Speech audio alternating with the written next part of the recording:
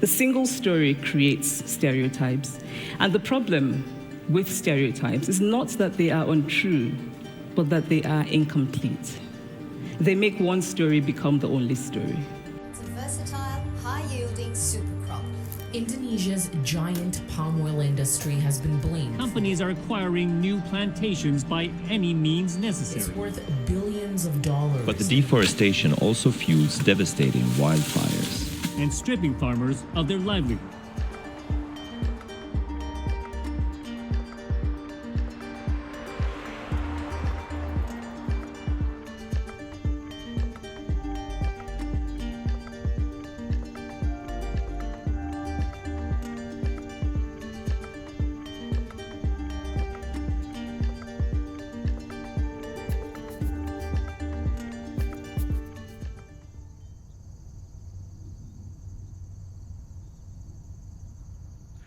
Saya masih percaya bahwa peran media itu masih sangat besar dalam mempengaruhi perilaku dan minimal cara pandangan masyarakat terhadap topik atau fenomena tertentu. Sekaligus saya prihatin dengan publikasi-publikasi yang terlalu dangkal, memandang deforestasi dan pelanggaran hak hanya dari sisi kejahatan, sisi gelap, sisi yang menakutkan, yang menciptakan pandangan atau cerita yang mendorong masyarakat itu menjadi pesimis, bahkan menjadi antipati terhadap komoditas tertentu. Lebih bahaya lagi jika antipatinya itu kepada pembangunan.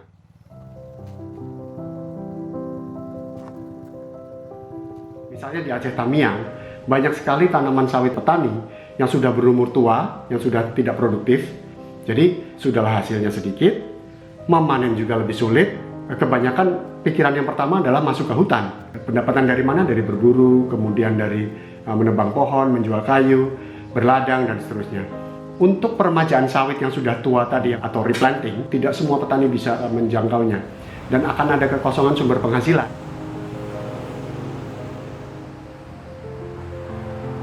Pertengahan tahun 2018, pemerintah kabupaten mengeluarkan instruksi untuk moratorium, artinya penghentian sementara perizinan untuk perluasan kebun sawit, disertai dengan evaluasi terhadap perizinan yang sedang berjalan, serta penataan ulang tata ruang, bekerjasama dengan para ahli, para penggiat lingkungan, para orang yang aktif di pemberdayaan masyarakat dan sebagainya.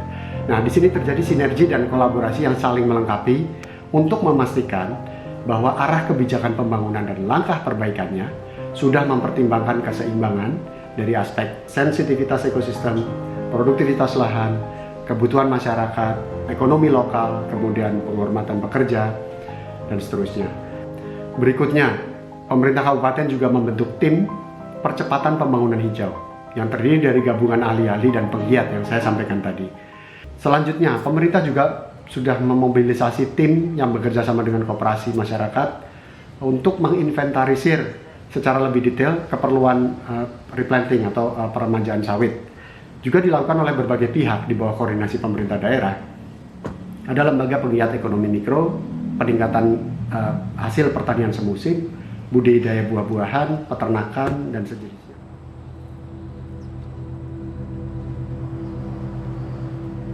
Bahwa sebelum 2017, rata-rata perubahan tutupan lahan dari hutan menjadi non-hutan selalu di atas 1.000 hektar per tahun di Aceh Tamiang. Saya yakin berkat pengaruh dari upaya-upaya yang saya sampaikan tadi dari berbagai pihak di bawah kepemimpinan pemerintah kabupaten, terjadi penurunan yang sangat signifikan menjadi sekitar 200-an hektar saja di akhir-akhir ini. Jadi, apakah ini sudah selesai? Menurut saya, perjuangan belum selesai. Masih harus dilanjutkan, masih harus dipercepat, masih harus diperluas dengan inovasi, dengan keterlibatan lebih banyak pihak lagi. All of these stories make me who I am. But to insist on only these negative stories is to flatten my experience and to overlook the many other stories that formed me.